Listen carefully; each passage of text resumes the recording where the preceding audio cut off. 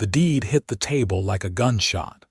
Nora Zeller stared at it, her hands trembling, her breath coming in shallow pulls.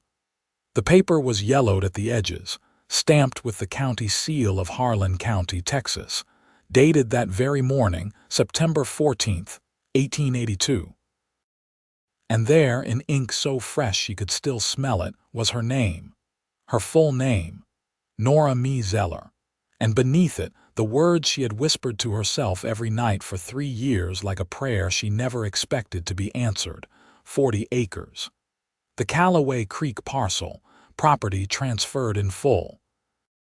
She looked up from the table and found Jed Ellison standing across from her in the doorway of the land office, his hat in his hands, his knuckles raw and cracked from years of fence wire and branding iron. He was watching her with those quiet gray eyes of his, the ones that never gave too much away, the ones she had learned to read like weather signs on the horizon. Right now they were full of something that made her chest ache in a way she couldn't name. "Jed," she said, and her voice broke on the single syllable. "How?" He didn't answer right away. He turned his hat slowly in his hands, the brim worn soft from years of use. Outside, the main street of Caldwell Springs hummed with the ordinary noise of a Thursday morning.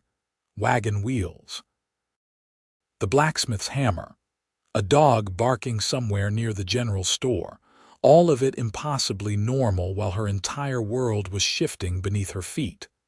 "How long?" she asked, and the question carried everything inside it. How long had he been saving? How long had he known? How long had he been carrying this secret while she stood beside him and talked about that farm like it was nothing more than a dream she kept for comfort? He looked at the floorboards for a moment. Then he looked at her. "Long enough," he said quietly, and that was when it hit her. Not the gratitude, not the disbelief. Something far more complicated, something that felt dangerously close to the truth she had been outrunning since the day she first met him. The truth that she had made a terrible mistake, and she had nearly let it cost her the one thing she hadn't realized she needed more than the farm, more than the land, more than any deed with her name on it. She had nearly let it cost her him, but she was getting ahead of herself. Because, for this to make any sense at all, you had to go back to the beginning.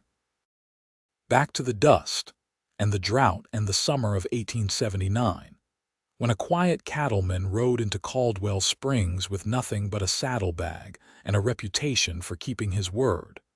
And a young woman with calloused hands and too much pride was already fighting the only fight she had ever known how to fight. Nora Zeller had come to Caldwell Springs in the spring of 1879 with her father, a man named Clarence Zeller, who had carried big plans in his chest and small coins in his pocket for most of his adult life. He was a dreamer in the way that certain men of that era were dreamers, men shaped by the westward promise, men who believed that land was salvation, and that all a man needed was the right piece of earth beneath him to build something that lasted. Clarence had dragged his daughter from Missouri through Kansas and down into the Texas hill country following that dream, and when he finally found a parcel he believed in, a stretch of creek-fed pasture outside of Caldwell Springs with rich soil and reliable water, he was certain his life was about to turn. He died of a fever 6 weeks after they arrived. It came on fast and burned hot and left no room for argument. Nora was 22 years old, alone in a territory she barely knew, with $63, a mule, 2 trunks of household goods, and a father's dream she had inherited without being asked. She did not fall apart. She had not been raised to fall apart. She found work at the Caldwell Springs boarding house, where a woman named Harriet Culp ran a clean operation and didn't ask too many questions as long as the floors got swept and the guests got fed. Nora worked hard, harder than most, and she saved every dollar she could manage. She ate simply. She bought nothing she didn't need. And every Sunday afternoon, She walked out to the edge of town and stood at the fence line that marked where town ended and the open country began. And she looked west toward the Callaway Creek parcel, which she had learned about from her father's notes, and she planned. The Callaway Creek parcel had belonged to an old rancher named Amos Callaway, who had died without direct heirs. It sat in a kind of legal limbo, held by the county, listed for sale at a price that shifted depending on who at the county land office you asked, and what mood they were in. Nora had inquired 3 times over 2 years and received 3 different figures.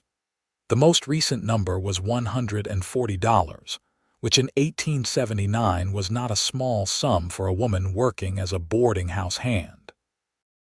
She was 3 years into her plan, with $67 saved, when Jed Ellison arrived. He came in with a small cattle drive, just 800 head he had trailed up from further south, selling off in Caldwell Springs before pushing the remainder to market in Abilene. He was 30 years old, lean and weathered the way men who work outdoors become weathered. Not with the hardness of cruelty, but with the quiet density of someone who has been shaped by physical work and solitude. He spoke rarely, and when he did, people listened, not because he was loud, but because he seemed to only say things worth saying. He took a room at the boarding house for 2 weeks while he settled the details of the cattle sale, and Nora served him breakfast every morning at the long table in Harriet's dining room. The first morning she set his coffee down and he said, "Thank you," and meant it in a way that people who said it as habit didn't mean it.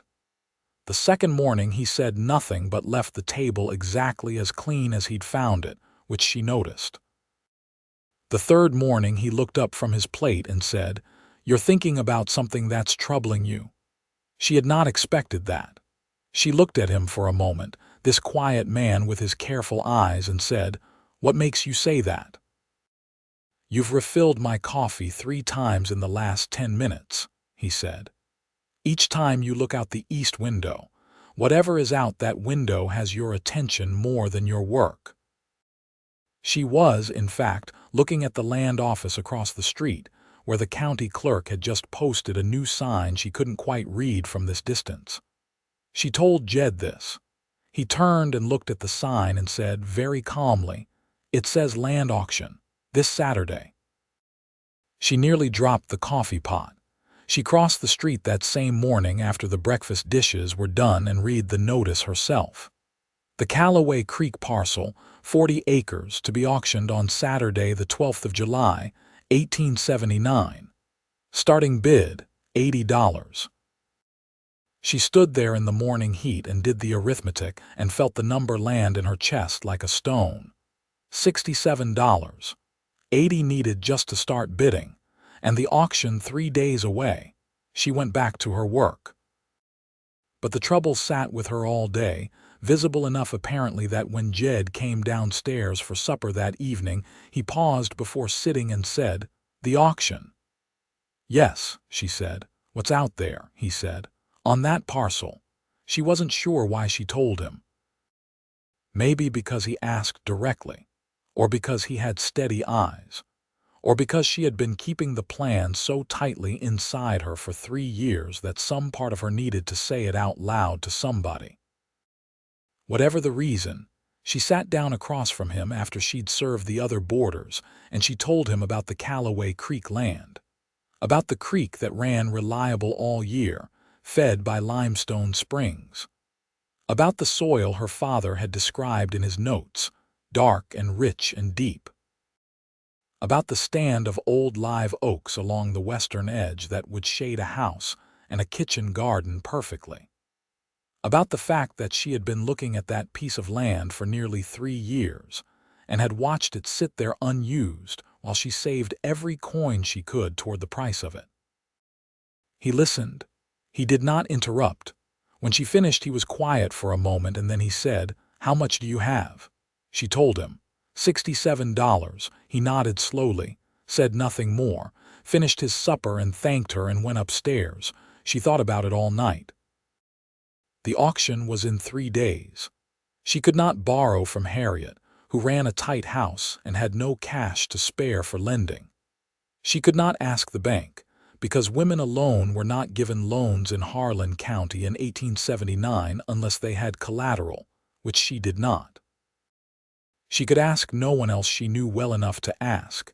She was still running the numbers the next morning when Jed came down for breakfast and set an envelope on the table beside her coffee pot.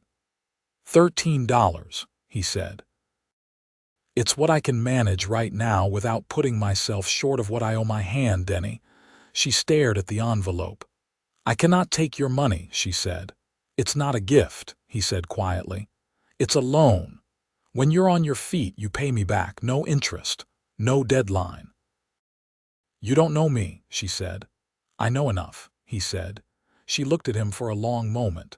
He was not a man who said things lightly. She had already established that much. Why? She asked. He picked up his coffee cup and thought about it the way he thought about everything, with patience. Because the land sounds like it's worth having, he said. And you sound like someone who'll do right by it. It wasn't a declaration. It wasn't charming. It was simply honest, and she had not realized how desperately she needed something honest until that moment. She took the envelope. Not because she was desperate enough to abandon her pride, but because she had enough sense to recognize when something was real. $80. She could bid. That was all she needed, just to be in the room.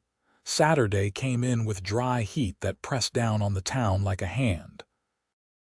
The auction was held at the county land office, a narrow room with a low ceiling and a collection of men from the surrounding territory who had made the drive in for the chance at the Callaway Creek land. There were 6 bidders. Nora was the only woman.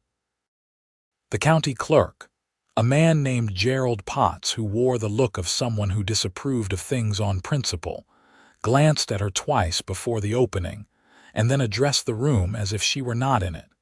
She stood straight and did not move. The bidding opened at 80 and climbed quickly. A rancher named Covington, who had land on 3 sides of the parcel, pushed it to 90 immediately. A land speculator from out of county pushed it to 100. The smaller bidders fell away at 110, leaving Covington and the speculator and Nora, $110. She had 80. She felt the cold arithmetic closing around her like a fist. 115. 120. She could not match it. She knew she could not match it, but she kept her face still and her hands quiet at her sides. Then the speculator dropped out at 125, and it was Covington and Nora. Covington looked at her across the room with the easy confidence of a man who assumed the outcome. 130, he said. Gerald Potts looked at Nora. The room looked at Nora. She said, 135, and the number came out of her mouth smooth and steady even though her palms were wet. She did not have $135. She had 80. But she was gambling on Covington being too proud to push further against what he presumed was a desperate woman with nothing. She was wrong. 140, Covington said. There was something almost bored in his voice. She opened her mouth to go higher and stopped, because she heard her own voice in her head running the numbers, and the numbers were clear. She was out. 140 going once, Gerald Potts said. She closed her eyes for half a second. 140 going twice. $160. The voice came from the back of the room, quiet, unhurried. She turned. Jed Ellison was standing near the door. She hadn't heard him come through, his hat in his hand, his face carrying the particular expression of a man who has made up his mind about something and is not looking for discussion about it. Covington stared at him. You've got no stake in this parcel. I've got $160, Jed said, and an interest in the auction. Covington looked at Nora. He looked at Jed. He looked back at Nora with a calculating expression that shifted into something closer to disgust. 165, he said. 180, Jed said without hesitation. The room was very quiet. Covington set his jaw. He looked around the room the way men look around rooms when they're deciding whether their pride is worth the money. Then he said, very precisely, nothing. He put his hat on his head and walked to the door. 180 going once, Gerald Potts said. 180 going twice. Sold. Nora stood in the middle of that narrow room and felt the world rearrange itself around her.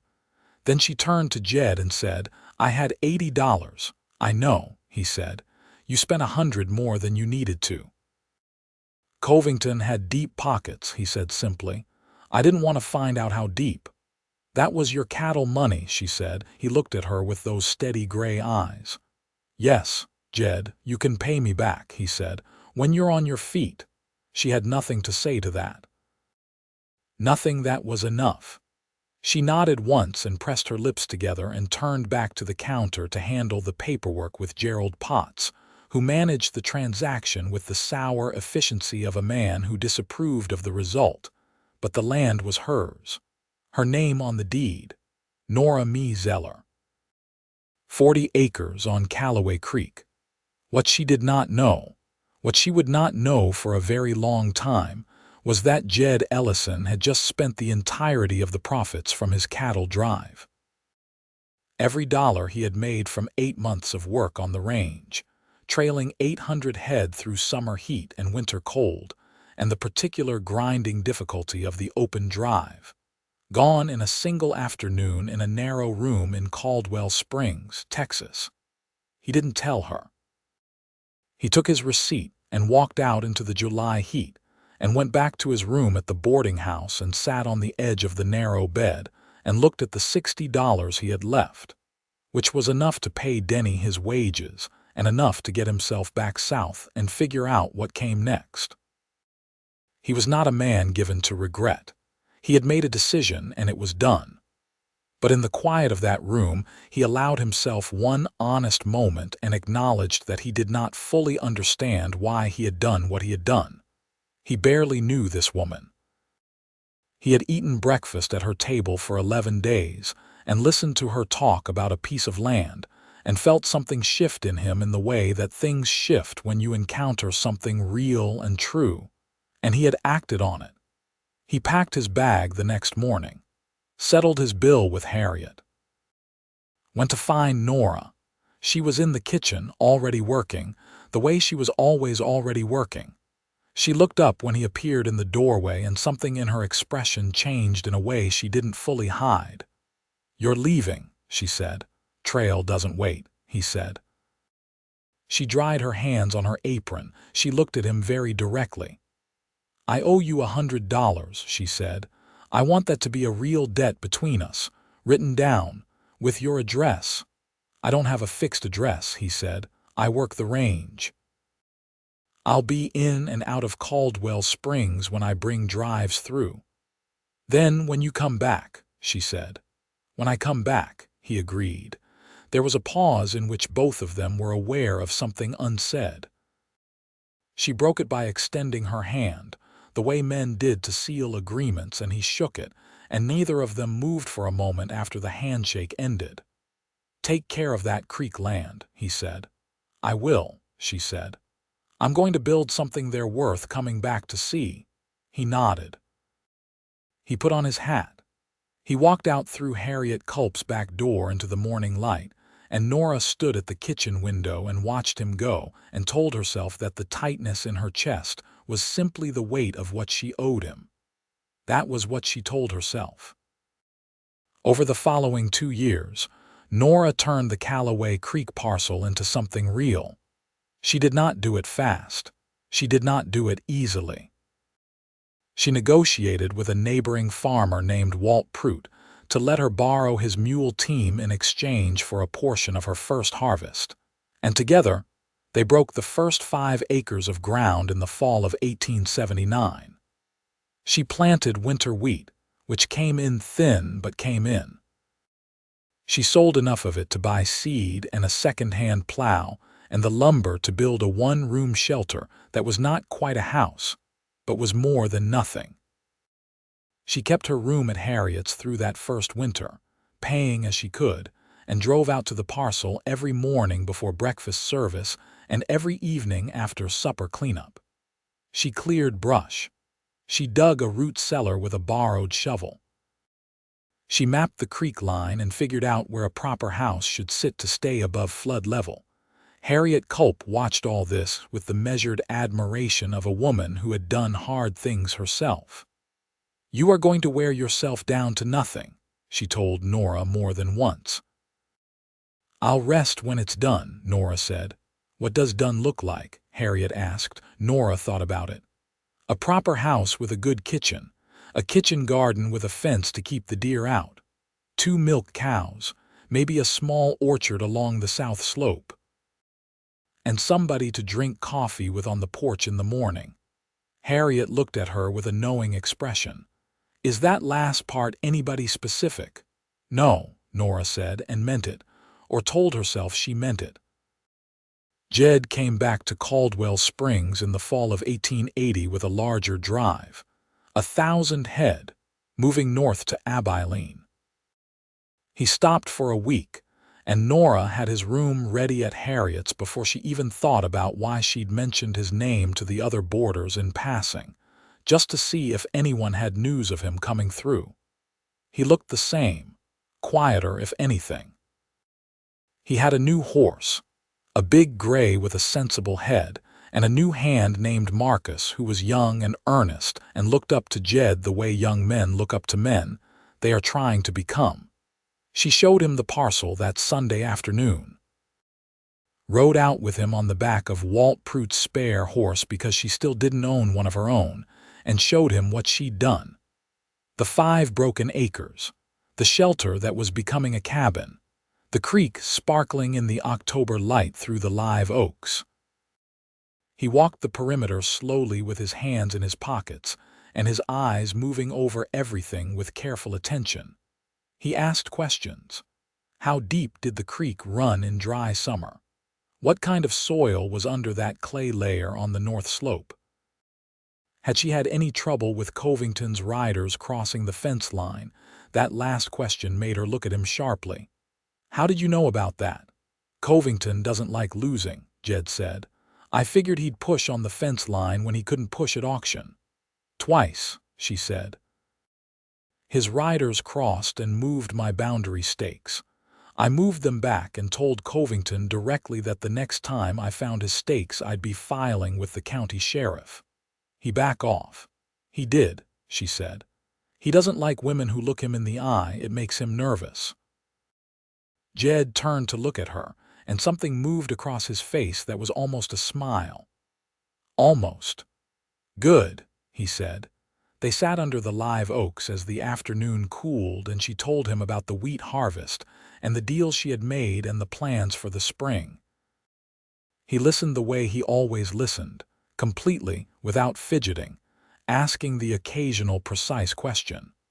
At some point she realized the light had gone golden and they had been sitting there for 2 hours, and she had talked almost the entire time. "I'm sorry," she said. "I don't usually talk this much." "I like it," he said quietly. Then, as if the admission surprised even him, he picked up a small stone from the creek bank and turned it in his fingers. She looked at his profile in the late light and felt something that she didn't examine too closely. He left 3 days later to push north to Abilene. Before he went, he tucked $20 into an envelope and set it on the kitchen table at Harriet's with a note that said, "For the horse. You need one. Pay me back when you're ready." She found it after he'd gone and sat there for a long time holding it. He was lending her money again. He kept lending her money, quietly, without fanfare, as if it were the most natural thing in the world, and she kept accepting it because she kept needing it, and because something in her understood that he gave it freely, without expectation, and that this was a kind of trust she had never been offered before. She bought a horse, a sturdy bay mare she named Creek, because she was unimaginative with horse names and didn't care. Having her own horse changed everything about the daily labor of the farm. She was faster, she could haul more, she could range further. By spring of 1881, she had 12 acres under cultivation. By summer, she had cleared a third of the stand of scrub on the east slope and was planning the orchard. What she was not planning was what to do about Jed Ellison. He came through twice in 1881, once in spring and once in fall, and each time he stayed longer. 3 weeks in the spring, nearly a month in the fall. He hired himself out to a local ranch during those stays to cover his expenses, working for a rancher named Henry Birch, who ran cattle on the west side of the county and was always short a good hand. Nora didn't ask why he kept coming back to Caldwell Springs specifically, and he didn't say. But he spent his Sunday afternoons at the Callaway Creek parcel without fail, and gradually without discussion. He began to help, not in the way of someone doing charity, in the way of someone who saw what needed doing and did it. He reset 3 fence posts that had heaved in the spring freeze. He rehung the cabin door that had warped and stuck. He rode the perimeter of the property with a quiet thoroughness and pointed out a section of creek bank that was eroding and would cause trouble if she didn't shore it up before the next hard rain. She watched him work with a feeling she recognized but refused to name. He was not a showy man. He did not do things for the performance of doing them. He just quietly solved problems, and then sat down for supper and ate what she cooked without complaint, and talked about cattle prices, and weather patterns and the conditions of the trail. And she talked back, and it felt like nothing she had ever had before and everything she hadn't known she needed. The trouble arrived in the spring of 1882, and it arrived in the form of a man named Franklin Holt. Holt was a lawyer from the county seat, a man in his mid-40s with a smooth manner and a wardrobe that was too good for Harlan County, Texas, and a talent for finding legal complications in land titles that affected people who stood in the way of his clients' interests. He rode into Caldwell Springs in March of 1882 with a leather satchel and a piece of paper he called a competing claim. The claim, as Holt presented it to Gerald Potts at the land office, and then to Nora when she was summoned there on a Tuesday morning, was this: that Amos Callaway had, in the last year of his life, deeded 40 acres on Callaway Creek to his nephew, a man named Thomas Callaway of San Antonio, and that Thomas Callaway had sold that deed to a land development company called the Western Harlan Land Trust, of which Franklin Holt was the legal representative. Nora listened to all of this with her hands flat on Gerald Potts's desk and her face very still. When Holt finished, she said, "That deed was never recorded." "It was recorded," Holt said, "in Bexar County, where the transaction took place." An oversight in the filing meant it did not make its way to Harlan County's records until recently. "An oversight," she said. 3 years ago. These things take time," Holt said pleasantly. "These things take money," she said, "for lawyers who find them." Holt's pleasant expression did not change, which was itself a kind of answer.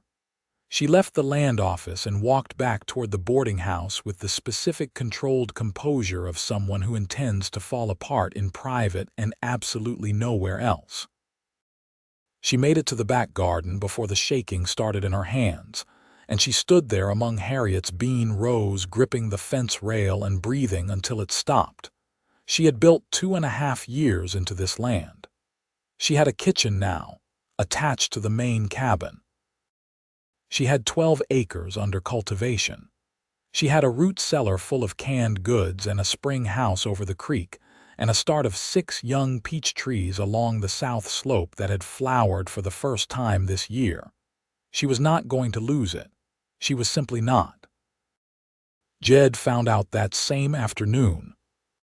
She hadn't gone looking for him, but Caldwell Springs was not a large place, and he had been staying at Harriet's for 2 weeks on a rest stop between drives. And Harriet told him, not out of gossip, but because Harriet Culp was a woman who understood when someone needed to know something. He came to the farm that evening. She was in the kitchen not eating supper, sitting at the table with Holt's papers in front of her, and the kind of blank expression that comes after you've been thinking so hard and so long that the thoughts have stopped making progress. He sat down across from her. He looked at the papers. He said, "Tell me all of it." She did. Every detail. He listened, and his face was very quiet and still in the lamplight, and when she finished he said, "This Bexar County recording. How old is the original deed supposed to be?" "Holt says 1877, she said. 2 years before Amos Calloway died. And the county had Calloway listed as sole owner with no encumbrances when they put it up for auction in 1879. "Yes," she said. "Which means either the Bexar County recording was never properly communicated to Harlan County, which is incompetent, or the deed is not what it says it is." Jed was quiet for a moment. "Who do you have to help you fight this?" "Nobody," she said. "I can't afford a lawyer." He nodded once. He stood up and went to look out the window at the dark shapes of the live oaks against the last of the evening sky. She watched his back and felt the situation pressing down on her from all sides. The land she might lose, the years she'd put in, and something else pressing from a different direction. Something she could not deal with right now. Something that had to do with the way he had simply come and sat down across from her without being asked. "Let me look into the Bexar County records," he said. "I know a man in San Antonio, a cattle broker named Elias Rupp, who knows everyone in the county clerk's office down there. If that deed was filed in 77, there'll be a record of it in the index. And if the index doesn't match what Holt's paper says it says, that tells us something." She looked at him. "You'd go to San Antonio." "I need to take a drive that direction in the next few weeks anyway," he said. "I can run the business through Bexar County." She said, very quietly, "You don't have to keep doing things for me." He turned from the window and looked at her in the lamplight and said, "I know that." There was a long pause. The creek murmured somewhere in the dark. A whippoorwill started its evening call from the direction of the live oaks. "Why do you?" she asked, and the question came out more honestly than she intended. Stripped of the careful protective distance she usually kept around anything that mattered. He held her gaze for a long time without answering. Not because he didn't have an answer. She understood, watching him, that he had an answer and was deciding whether this was the moment for it. Something in the way she'd asked, that honest, stripped tone, made him look at her differently than usual. Like he was checking whether she actually wanted to know. "Because I would rather be here doing things for you," he said at last, "than anywhere else doing anything else." The silence after that was different from the silence before it. She swallowed. "Jed, I'm not asking you anything," he said very calmly. "I know you've got enough on your plate right now. I'm just answering your question because you asked it honestly, and you deserved an honest answer." She looked at him for a moment longer, and then she looked down at the papers on the table, and she felt the strange and slightly terrifying sensation of the world being both more dangerous and more full of possibility than it had been 5 minutes ago. "Go to San Antonio," she said. "Find out about that deed." "I will," he said. He picked up his hat from where he'd hung it on the peg by the door. "Bolt the cabin tonight," he said. "Holt might be smooth, but his clients aren't always." He left. She bolted the door. She lay awake a long time that night, and for once she was not thinking about the land. Jed drove a small herd south in the first week of April 1882, moving through Bexar County and stopping in San Antonio to meet with Elias Rupp. Rupp was a stout, practical man who liked Jed and trusted him, and owed him a favor from a transaction 2 years back where Jed had taken a loss to make things right. He was also a man who knew how the Bexar County clerk's office worked and who to ask about what. It took Jed 3 days in San Antonio, working through RUP and through a county records clerk named Abel who appreciated a straightforward question and a reasonable gratuity for his time. What Abel found in the records index was illuminating. There was a deed filed in the name of Amos Calloway, dated 1877, transferring 40 acres. But the parcel description in the Bexar County Index was wrong. The legal description of the parcel did not match the Calloway Creek land. It matched a different piece of land entirely, a smaller parcel further north that Calloway had actually owned and had given to his nephew legitimately. Somewhere in the chain from Holt's client to Holt's paperwork, the parcel description had been changed, or the original transaction had been deliberately mislabeled to attach to a more valuable piece of land. Jed got able to write out a certified copy of the original index entry and the original deed description, signed and stamped. He paid the man fairly and thanked him, and sent a wire to Caldwell Springs care of Harriet Culp's boarding house, telling Nora what he'd found in 2 careful sentences. He also spent 2 days during that San Antonio trip doing something else. Something he had not mentioned to anyone, had not planned aloud, had not even fully named to himself until he sat down in the quiet of his rented room at the commercial hotel on Commerce Street and added up 3 years of numbers. He had, over the 3 years since the auction, kept a separate savings separate from his working capital. He had been meticulous about it the way he was meticulous about most things. Every drive, every sale, every month of hired-out work, he put something aside. Not a large amount each time, sometimes only $1 or $2, sometimes more when a drive went well, but consistently, never touching it, never counting it for any other purpose. He added it up that night in the San Antonio hotel room. $143.70. He sat with that number for a long time. He knew what the Calloway Creek parcel had sold for at auction, because he had paid the price himself. He knew that Nora had repaid him the initial $80 over the course of 1880 and 1881, in careful installments, delivered without ceremony, and accounted for in a small notebook she kept for the purpose. She had not yet repaid the money for the horse or the smaller amounts he'd lent since then, which totaled around $40. He had never asked about it, but what he was thinking about now was not the debt ledger. He was thinking about what would happen if Holt's challenge succeeded. If a judge sided with the Western Harlan Land Trust and stripped the deed from Nora's name, she would lose everything she had built: the crops, the cabin, the root cellar and the spring house and the start of the peach orchard, and 3 years of her life poured into that ground. The certified record from Abel was powerful evidence. A good lawyer in Harlan County could likely use it to kill Holt's claim entirely. But a good lawyer cost money. And a good lawyer could be found and lost. And the legal process could drag on for months or years, while Holt's clients worked other angles.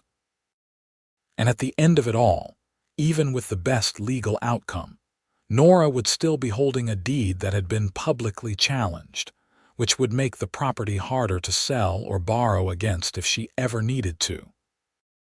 The cleanest answer was the one he had not let himself think about until now, sitting alone in this hotel room with the street noise of San Antonio rising through the window. He could buy the land. Clear the competing claim by making an offer that was demonstrably higher than anything Holt's clients had actually invested in their fraudulent title. He could transfer the deed directly to Nora's name.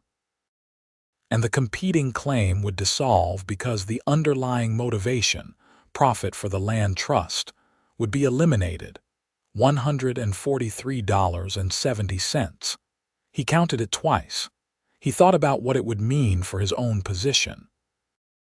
He had a horse and a saddle and the tools of his trade, and enough left in his working account to manage the next 3 months of operation. He was starting from nearly nothing again, which was a thing he was not afraid of. He thought about something else then, something that sat in a different part of him, something he hadn't let take full shape because he was a man who did not allow himself to want things he wasn't sure of. But sitting in that room, with the sound of the city outside and the numbers laid out clearly in front of him, he allowed himself to feel what he felt. He was in love with Nora Zeller. He had been, probably, since the morning. She told him about the creek land across a breakfast table with her chin up and her eyes direct, and the kind of certainty in her voice that comes from years of work and belief.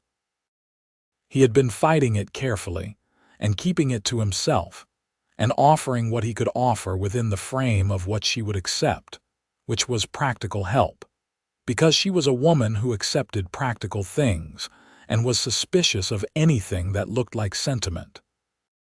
But he was in love with her, and the land was hers. It had always been hers in the truest sense.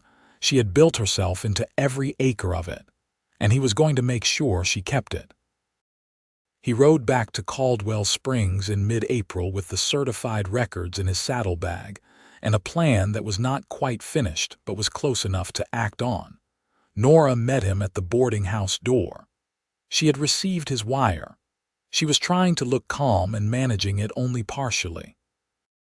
She had spent 3 weeks fighting this thing from her end, meeting with Gerald Potts, sending letters to the county sheriff, consulting with a circuit judge who happened to pass through Caldwell Springs on his quarterly circuit, and who had given her an hour of his time, and told her that her best defense was documentary evidence of the fraudulent description.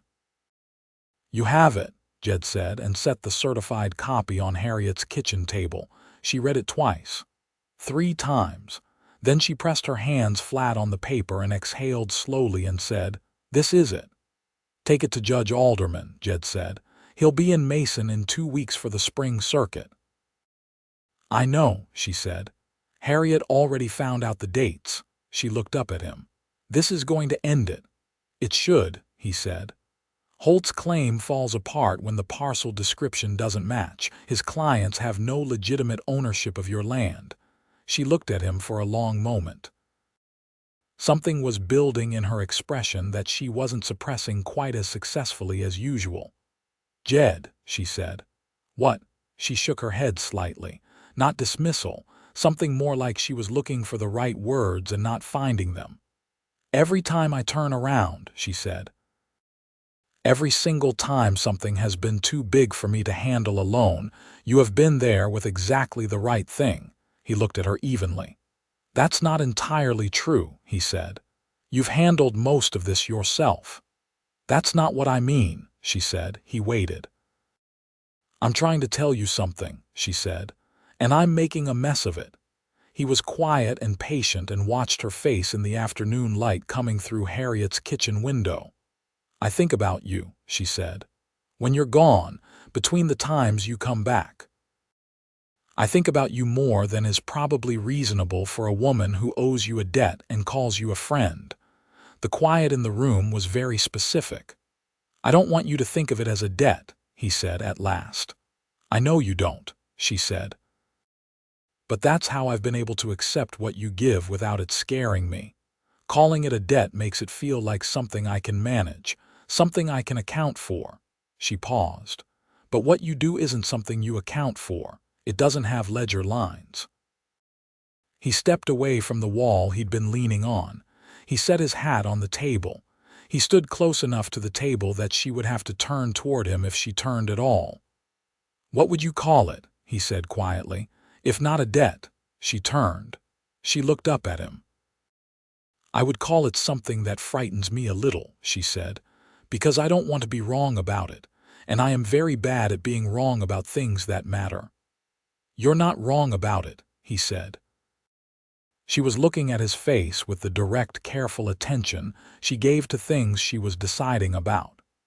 He held still under it because he understood that she needed to decide for herself, and he was not going to tip the scales. Then she reached up and put her hand on the side of his face, just her palm against his jaw, and he covered it with his hand and held it there, and neither of them moved for a long moment. Then she rose slightly on her toes and he bent toward her, and they kissed once quietly in Harriet Culp's kitchen with the afternoon light falling golden through the window. When they separated, she did not step back. She kept her hand against his face and he kept his hand over hers. They looked at each other. "I should have told you a long time ago," he said. "I wasn't ready a long time ago," she said. "I needed the farm first." He smiled then, a real smile, the slow, full one she had seen maybe twice before and both times from a distance. "Tell me what it looks like now," he said. "The farm. What you see when you picture it finished," she told him again. "The proper house with the good kitchen, the kitchen garden with the fence, 2 milk cows, the small orchard along the south slope." And then she paused and said, "And somebody to drink coffee with on the porch in the morning." "That last part," he said. "Yes," she said. "That last part." He kissed her again, less quietly this time. Harriet Culp, who had been making careful noise in the back hallway to announce her presence and give them time to compose themselves, came into the kitchen with the expression of a woman who had been waiting for this development for some time and was not surprised by it. "Well," she said. "Finally." Nora went to Judge Alderman's circuit court in Mason 2 weeks later with the certified copy from Bexar County and every piece of documentation she had accumulated over 3 years. The hearing was brief. Holt's lawyer, a younger man named Preston who was sharper than Holt, but still outmatched by the evidence, argued that the parcel description discrepancy was a transcription error. Judge Alderman looked at the original index entry, which was in the hand of a county clerk in 1877, and was very clearly not a transcription error, and ruled in favor of Nora's existing title. Franklin Holt, when informed, thanked his clients for their business and moved on to other matters. He was that kind of man. Nora rode home from Mason with the ruling in her saddlebag, and the specific lightness that comes when a weight you've been carrying so long you've stopped noticing it is suddenly gone. She rode into the yard of the Callaway Creek property in the late afternoon, and swung down from Creek's back, and stood in the yard looking at the cabin and the kitchen, and the cleared fields and the young peach trees with their early summer leaves, and she felt it settle into her bones like deep water. Hers. Fully, finally, undeniably hers. Jed was there. He had been helping Walt Prout with a fence repair on the neighboring property and had come over in the late afternoon on the chance she'd be back. He was sitting on the porch step when she rode in, and he read the outcome on her face before she said a word and stood up with a quiet satisfaction in his expression. "It's done," she said. "Good," he said. She crossed the yard and sat down beside him on the step and leaned her shoulder against his. And they sat there in the evening light without speaking for a while, the creek moving through the live oaks, the last of the day burning gold on the hills to the west. "I need to tell you something," he said after a while. She turned to look at him. There was something in his tone that was different, a careful quality, like he was choosing his path through something difficult. "The money I've been setting aside," he said. "I've been doing it for a while. Separate from my working capital." She was quiet, listening. "I started it after the auction," he said. "I didn't have a clear reason at first, or I did and I wasn't ready to say what it was." She felt something shift in the air between them. "I want to tell you what I was saving it for," he said. He reached into his vest pocket and produced a folded paper, which he unfolded with steady hands and held out to her. She took it. She read it. It took her a moment to understand what she was looking at. It was a record of savings. Meticulous, dated entries going back 3 years. Small amounts, regular amounts, the occasional larger one. Dated from the fall of 1879, from the month after the auction. The total at the bottom was $143.70. She stared at it. She looked up at him.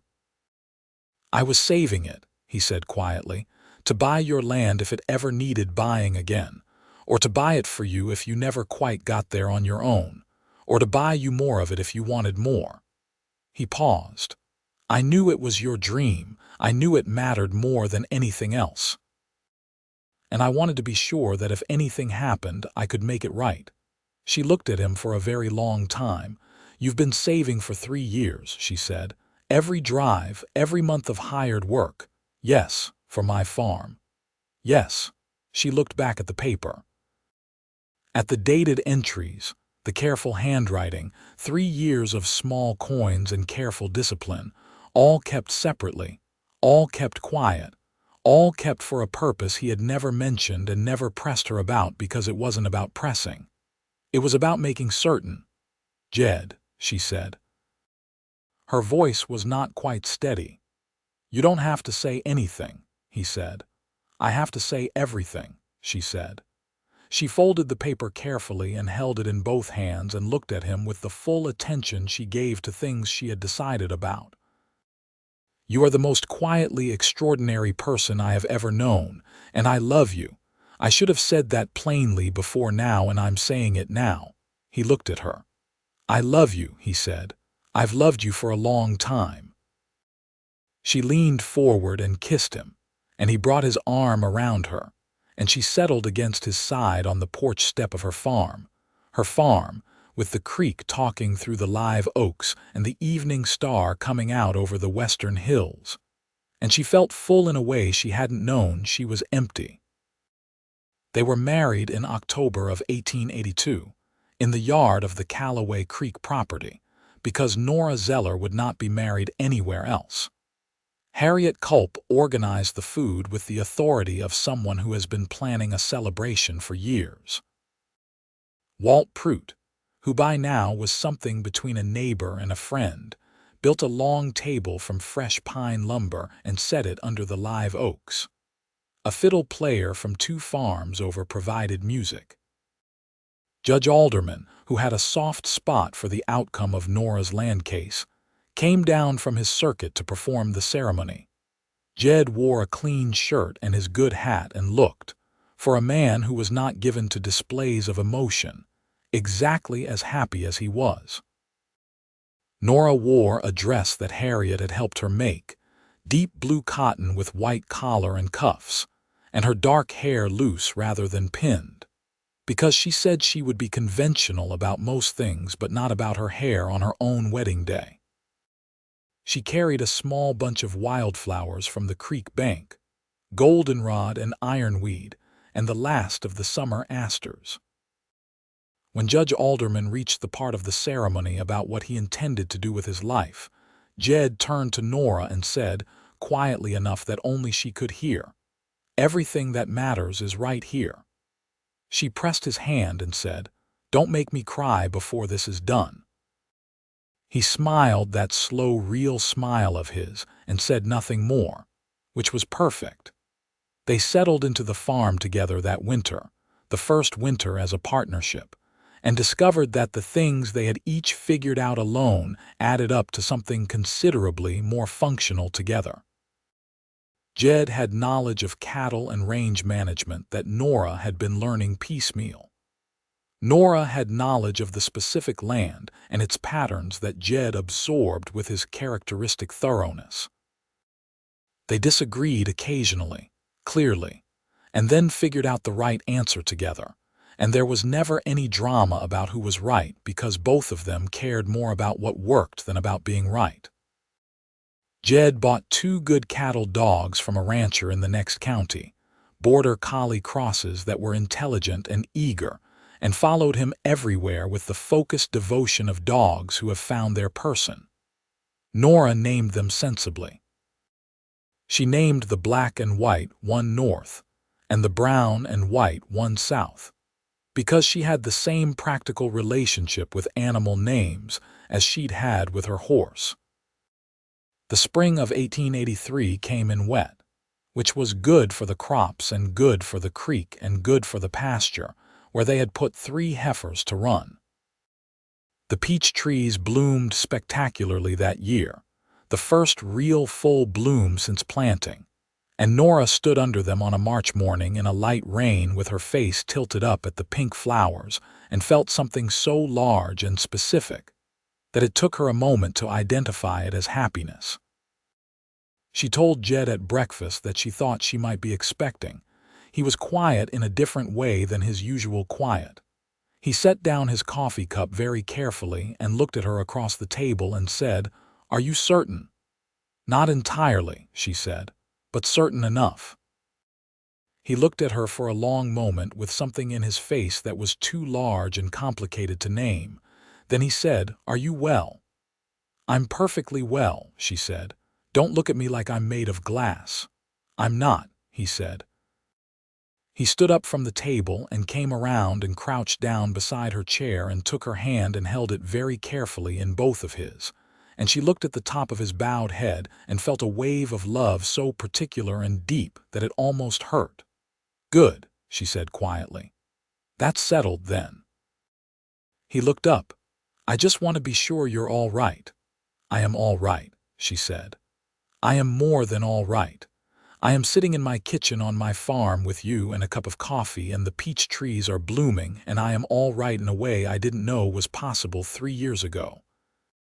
He kissed her hand and held it, while longer, and neither of them said anything, and the morning light came through the kitchen window and lay warm on the table between them.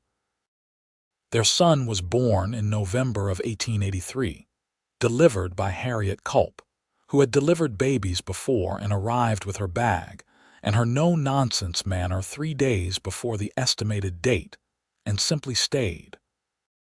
The birth was hard in the way that births frequently were in that time and place, a long night and a difficult morning, and Jed paced the yard in the November dark with North and South at his heels until Harriet appeared in the door and said, "Come in. They're both here and they're both fine."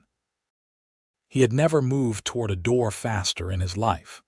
Nora was exhausted and pale, and had the particular expression of someone who has been through something significant and emerged the other side of it. She was holding the baby, who was wrapped in the blue wool blanket she had made during the summer, and the baby was making the small, indignant sounds of a newborn recently arrived in a world he hadn't been consulted about. Jed sat on the edge of the bed and looked at his son and then at his wife and felt the full weight of the moment settle into him. "He's strong," Harriet said approvingly. "Good lungs, good grip." Nora looked up at Jed. "What do you want to call him?" she said. He had thought about this. "You pick," he said. "No," she said. "You pick. I chose the horse name." He almost smiled. He looked at his son's small red face and said, "Thomas, for your father's middle name." Her father's name had been Clarence Thomas Zeller. He had learned this somewhere in the 2nd year of knowing her, in one of those conversations that opened up in the evenings when the work was done and they talked about everything. Nora's eyes filled. "Thomas," she said softly. "If you like it," he said. "I love it," she said. Thomas Jed Ellison came into the world on a November evening in 1883 on the Callaway Creek property, Harlan County, Texas, and took his place in the life of 2 people who had made something out of work and trust, and a particular kind of quiet love that doesn't announce itself but simply continues, steady and deep, like creek water over limestone. The years that followed were the years that matter in the way that ordinary happy years matter, which is differently from how dramatic years matter but no less deeply. They added to the farm incrementally and sensibly. The orchard grew. By 1885 they had 12 peach trees in full bearing and a row of apple trees along the northern fence. Nora's kitchen garden expanded every year, enclosed by a proper fence with a gate, exactly as she had planned. They added a real barn in 1884, built with Walt Pruitt's help and the help of 3 other neighboring families. the old barn-raising tradition that still existed in Texas in the 1880s, when neighbors understood that survival was collective. They added 2 milk cows, names chosen practically by Nora, and a small chicken operation that generated a steady, reliable income from eggs sold at the Caldwell Springs General Store. Jed continued to work cattle on a seasonal basis, but rather than taking the long drives that kept him gone for months, he established a small breeding operation on the Callaway Creek land, focusing on quality rather than volume, selling to local ranchers rather than driving to market. He was good at it. He had the patience for cattle breeding that the work required, the same patience he had for everything. Nora sold preserves and dried fruit at the Caldwell Springs market during harvest season, and developed a reputation for a particular peach preserve that people drove a considerable distance to acquire. She was practical about this success and invested it back into the farm and into a small cash reserve she kept in the tin box in the kitchen, which was separate from the household account and which she thought of as the farm's future. She paid Jed back, all of it. Every dollar he had lent her over the years, accounted for in her small ledger with the dates and amounts, and the final line, drawn in September of 1884, that balanced the account to zero. She set the ledger in front of him at the breakfast table one morning without comment. He looked at it for a moment. He looked at her. "You didn't need to do that," he said. "I know," she said. "I did it anyway." "Why?" he said, though he already knew. "Because I need it to be absolutely clear," she said, "that everything we have we built together. I don't want it to be a debt. I want it to be a partnership." He closed the ledger. He set it aside. "It has always been a partnership," he said. "Now it's on paper," she said. He reached across the table and covered her hand with his, and she turned her hand over and held his, and they drank their coffee in the morning quiet of their kitchen with Thomas still asleep in the back room, and North and South lying by the stove, and the winter light coming pale and clear through the window. Thomas learned to walk on the packed earth of the farmyard in the spring of 1884, with a look of concentrated determination that both his parents recognized.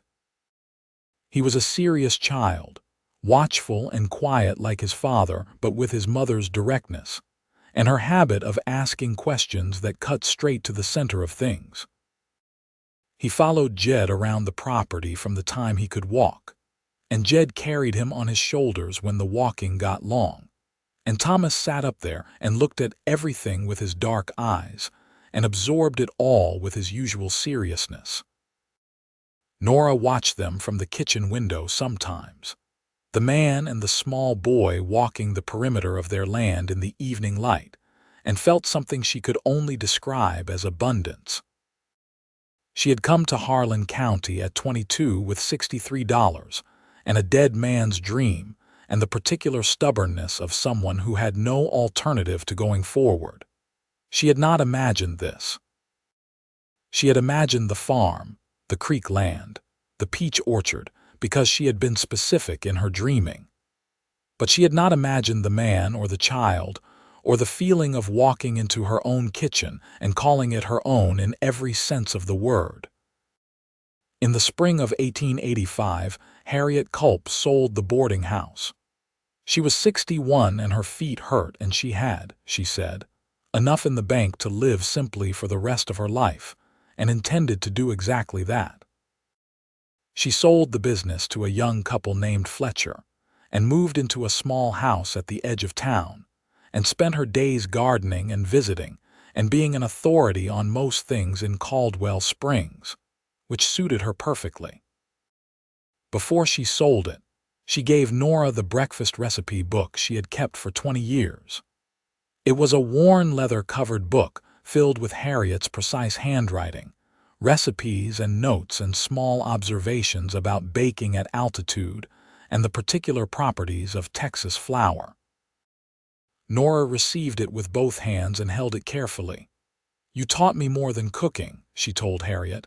I know, Harriet said comfortably. I taught you how to outlast difficult men. You did, Nora agreed. Harriet looked at her with the expression she sometimes used, the one that was simultaneously the most exasperated and the most affectionate expression Nora had ever seen from anyone. You were always going to be all right, Harriet said. Some people are. I knew it the first week you were here. You had that look. What look? Nora said. The look of someone who has already decided, Harriet said, that they are not going to stop. Nora thought about that for a while after. There were difficult things in those years, because there were always difficult things, and anyone who pretended otherwise was selling something. There was a drought summer in 1886 that burned the wheat crop and sent the creek level down to a trickle, and made the whole territory hold its breath for 3 months, until the August rains came. Jed and Nora worked through it with the specific grim practicality of farmers, rationing the water, protecting the orchard, selling 2 of the cattle to preserve their hay stores, making decisions without sentiment. The farm survived it.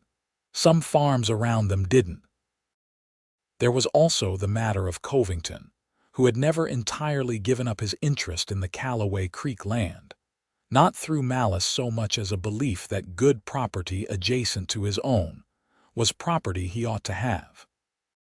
He made 2 more approaches over the years, once through an intermediary offering to buy at a fair price, once directly in a conversation with Jed at the feed store that was civil but carried an edge. Both times the answer was no. The third and final time Covington raised the matter, he rode out to the farm himself on a Sunday morning in the spring of 1886 and asked to speak to Jed. Nora was in the kitchen garden. She watched through the fence as the 2 men talked in the yard, Jed unhurried and still, Covington with his characteristic rancher's authority. And she watched Jed say something short and final that made Covington nod once and turn his horse. She asked about it later.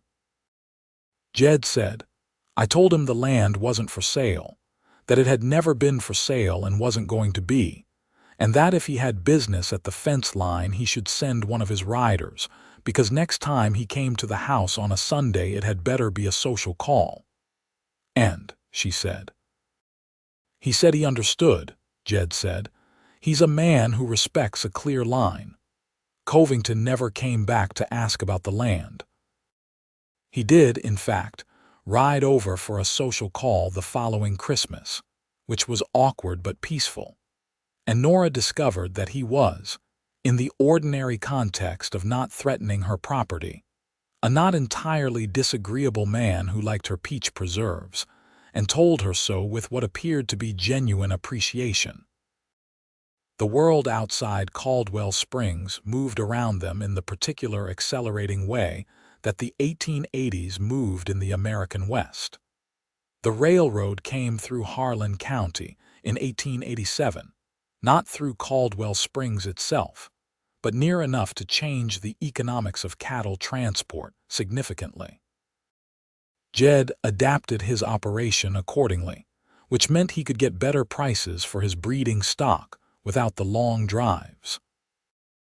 It also meant that Nora's preserves could reach a larger market, because the general store in Caldwell Springs began shipping goods by rail, and what had been a local product became something people in neighboring counties could order. In January of 1887, Nora told Jed she was expecting again. He received this news in the same way he received important news generally, with a long, quiet pause and then a series of practical questions. And then later, when they were sitting on the porch in the evening with the coffee cups, he reached over and took her hand and held it for a long time without saying anything. "You're thinking something," she said. "Several things," he said. "Tell me the main one," she said. He was quiet for another moment. "I keep thinking about how much I have," he said. "I was alone a long time. I was fine with it. I thought I was fine with it." And now I think about what this is, what we have here, and I don't know how to say what I mean." She understood exactly what he meant. "You don't need to say it," she said. "I want to," he said. "I want you to know that this, all of this is everything I didn't know to want. You and Thomas and whatever comes next.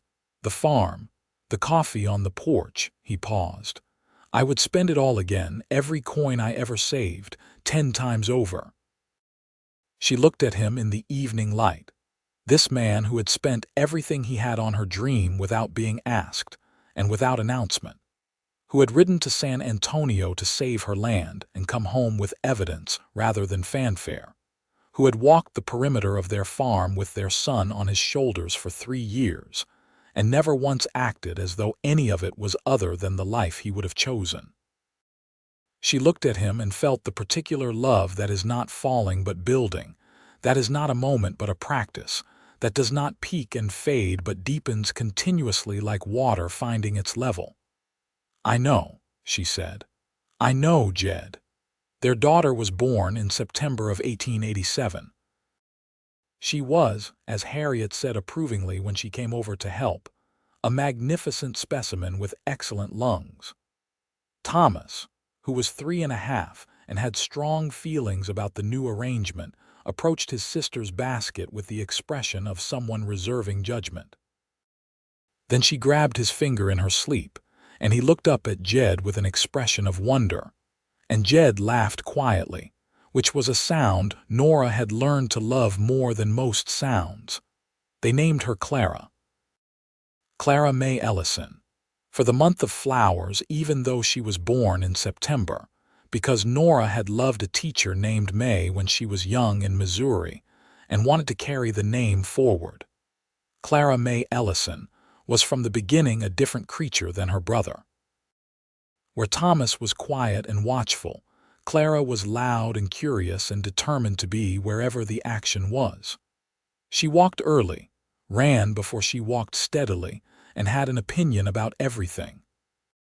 She followed her mother through the kitchen garden with a small basket of her own from the time she was 2, handing Nora tools she hadn't asked for, and weeds she hadn't pulled, and commenting with great authority on which plants looked good and which looked tired. Nora sometimes looked at her daughter in those years and felt a specific kind of awe. She was watching someone become themselves, and the person Clara was becoming was already fully present in her at 2 years old, insistent and bright and entirely unintimidated by a world that had, historically, been unkind to women who had opinions about things. "She's going to cause trouble," Jed said once, watching Clara argue with North the cattle dog about the appropriate location of a bone she had found. "Good trouble," Nora said. "Yes," he agreed. "Good trouble." Thomas, by the time he was 5, was helping Jed with morning chores in the genuine way, not the supervised pretend help of young children, but the beginning of real capability. He had his father's patience with animals and his mother's directness, and when he didn't understand something he asked once, and then listened to the full answer. Jed taught him the same way he did everything, without ceremony, with patience, with complete respect for the boy's intelligence.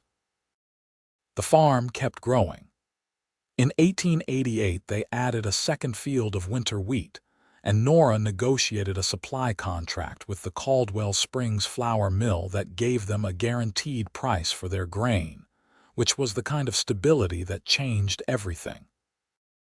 With stable grain income they could plan further ahead, and with further plans came further investments, a new well closer to the barn, an expanded root cellar with better ventilation, a second story added to the cabin that made it a real house with a real upstairs bedroom for the children.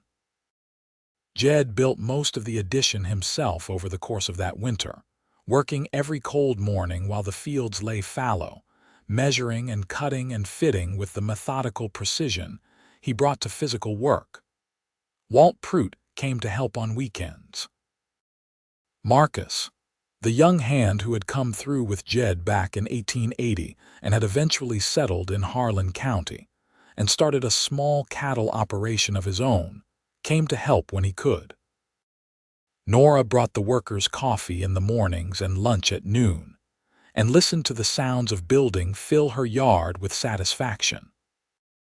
One evening, when the upstairs floor was laid and the walls were framed, Jed lifted her up through the unfinished opening so she could stand in the space that would be the children's room, and she stood in the cold winter air with the stars visible through the open roof frame and looked out over her land in the December moonlight.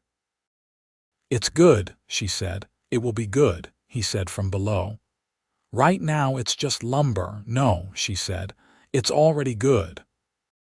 He climbed up after her and stood beside her, and they looked out at the moonlit fields and the dark line of the live oaks along the creek and the shape of the orchard against the night sky. 13 peach trees," she said.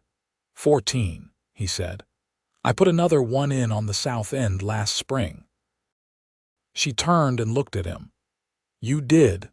You didn't notice," he said. "It was small." She shook her head. "You just quietly keep adding to things," she said. "That's my approach," he said. "I know," she said.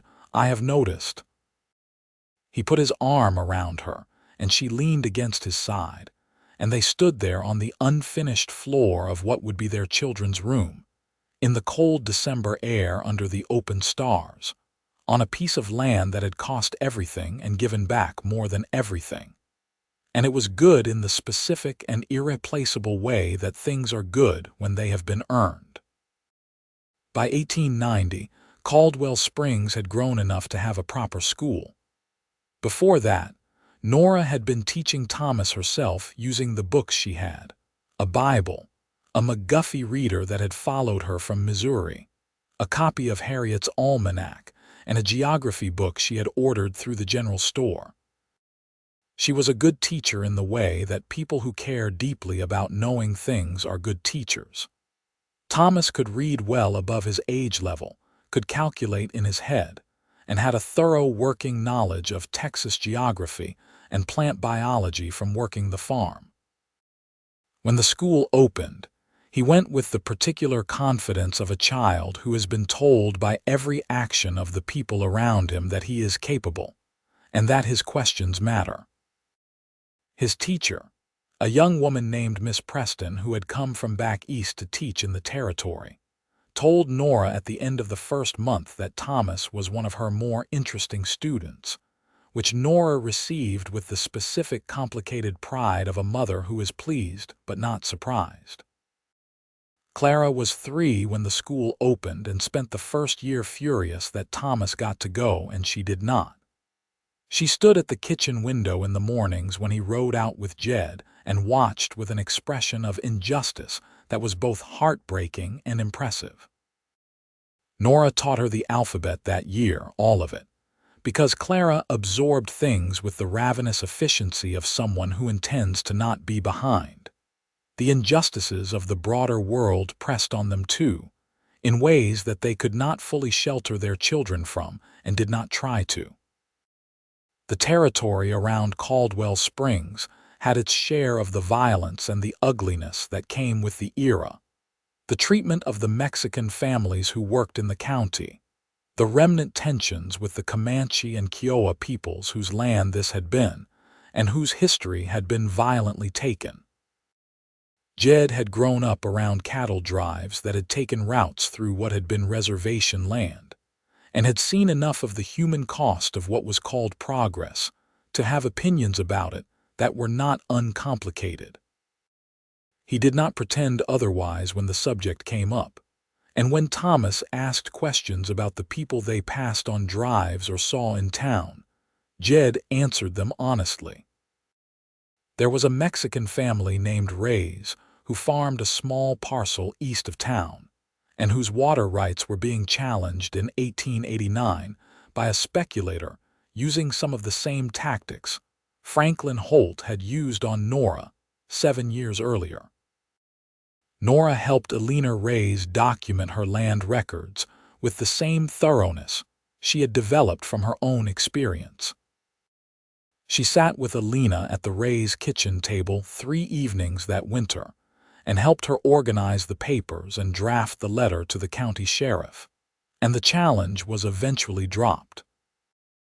Alina Ray's gave Nora a recipe for a chili preserve that became, the following year, a fixture at the Caldwell Springs market right alongside the peach. It was that kind of exchange, practical and warm and specific, the kind of human connection that grows from treating people as people rather than as categories.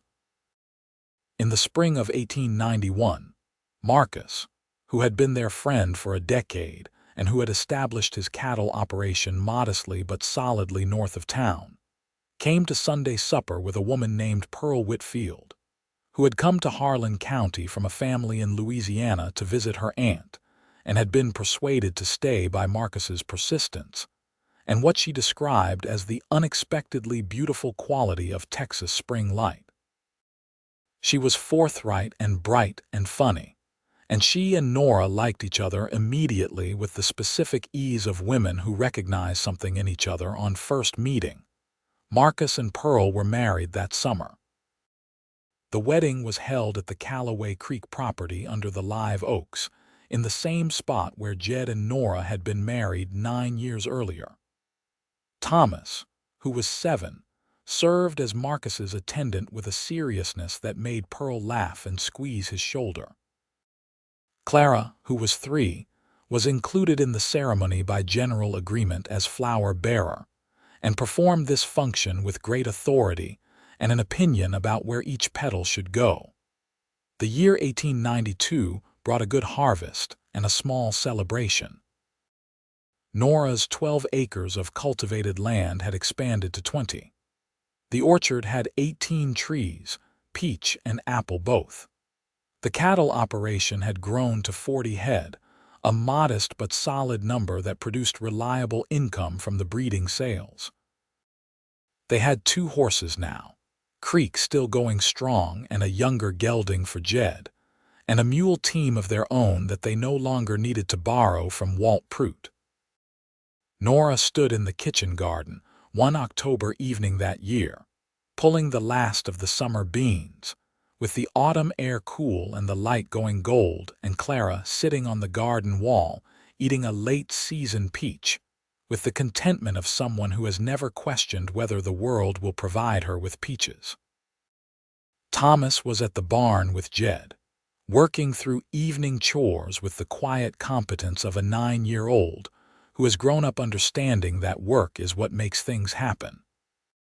She straightened from the bean row and looked at the house, the real house it had become, with the upstairs windows lit yellow and the porch where they drank coffee every morning visible from here, and the kitchen whose table had been the scene of more conversations and decisions and meals and letters and plans than she could count. She looked at the creek through the live oaks, the water catching the last of the light. She looked at the orchard, the 18 trees in their rows, heavy with the end of the year's production. She had thought about this from time to time, what her father would say if he could see it. Clarence Zeller with his big plans and his small coins, who had found this territory and this land, and then died 6 weeks into it. She had finished what he started, or rather she had started what he couldn't finish, which was something and maybe something better than picking up where he left off. She had made it her own, and she had not done it alone, which was something she had not expected. Jed came out from the barn with Thomas and they crossed the yard together, the tall man and the boy, with North and South at their heels.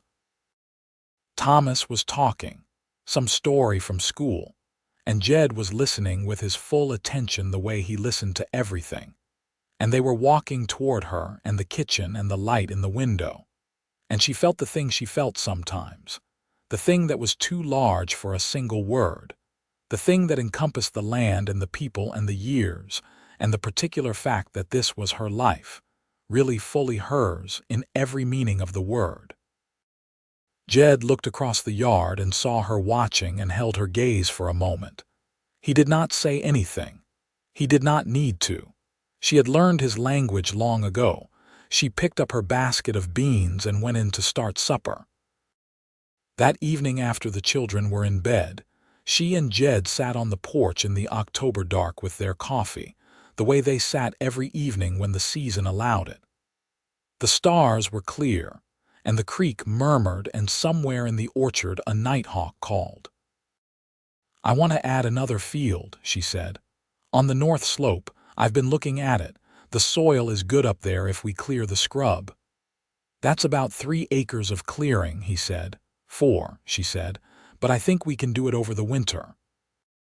He was quiet for a moment in the way that meant he was running the practical calculations. Then he said, "If we rent Walt's mule team for the heavy clearing, I think we could manage it by March." "Walt is retiring," she said. "I think he might sell the team." Jed turned to look at her. "You already thought through all of this." "Most of it," she said.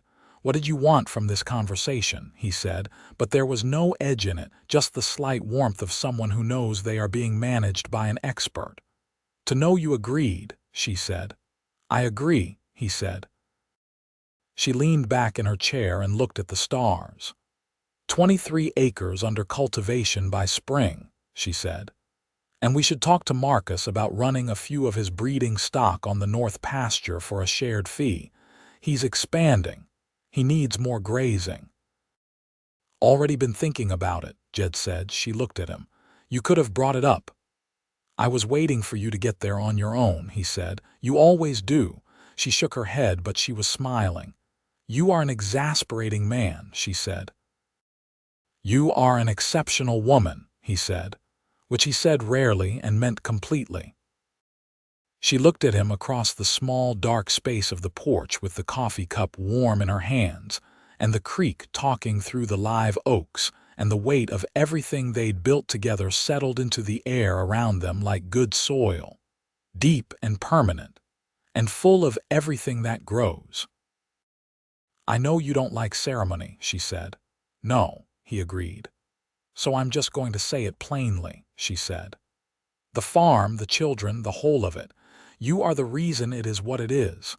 Not because you saved your money, though you did. Not because you rode to San Antonio for me, though you did. Because you showed up every time. You just kept showing up." He was quiet. "I want you to know I know that," she said. He looked at her for a long time. Then he said, "The showing up was never hard. That part was easy." She understood what he meant. She reached across the space between their chairs, and he took her hand, and they sat in the October dark on the porch of their farm, the farm she had dreamed and he had helped her make real. And the stars were broad and clear above the Texas hill country, and the creek ran on over its limestone stones, and the live oaks stood exactly where they had always stood, and everything was exactly as it should be.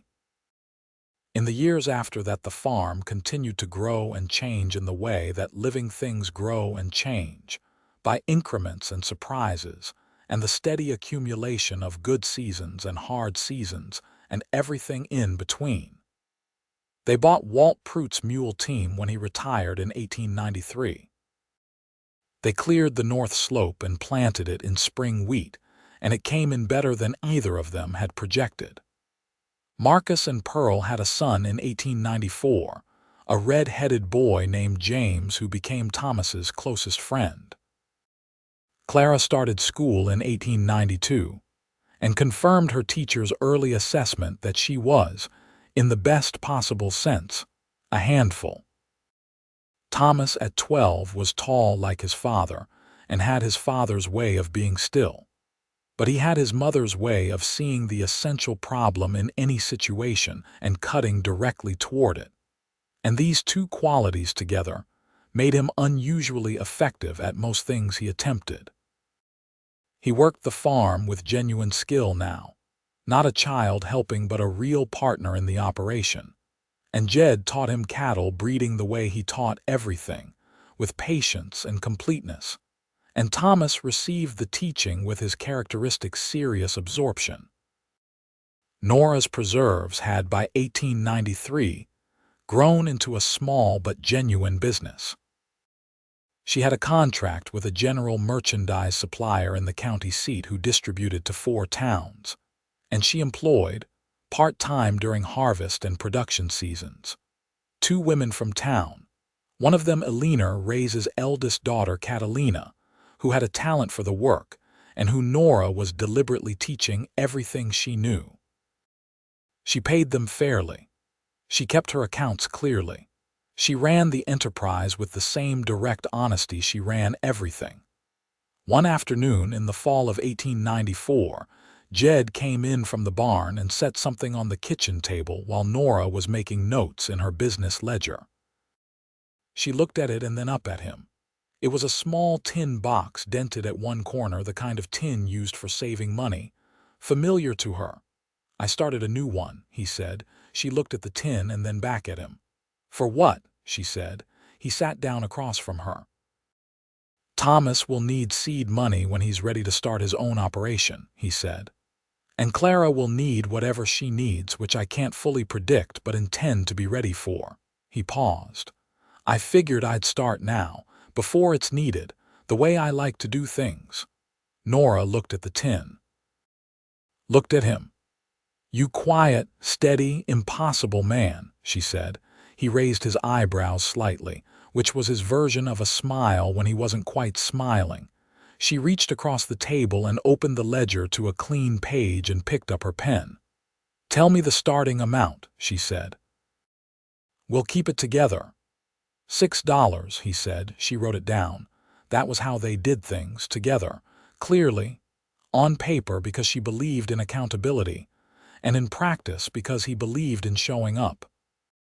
The tin filled slowly, the way all things worth filling fill slowly, with patience and time and the particular conviction of 2 people who have built something real and intend to keep building. Their farm on Callaway Creek stood for years beyond the telling of this story, the live oaks growing taller, the orchard spreading, the creek running faithful through dry summers and flood springs alike. The house had a porch they sat on every morning with their coffee, as she had always planned, and the kitchen garden had a fence with a gate that closed reliably. And there were 2 milk cows whose names were sensible, and 2 cattle dogs who followed Jed with devoted efficiency, and a mule team who knew their job. And every morning, in the particular quality of Texas light that comes up slow and golden over the hill country, Nora Zeller Ellison walked out onto her porch with her coffee cup and stood for a moment before she sat down and looked at what she had made of the dream her father carried and couldn't finish, and what she and Jed had made of it together. It was not a dream anymore. It was a place. A real, specific, growing, imperfect, and wonderful place. With a man who showed up every time sitting across the table from her, quiet and present and hers, as she was his, as the land was theirs. And that was, in every way that mattered, more than enough.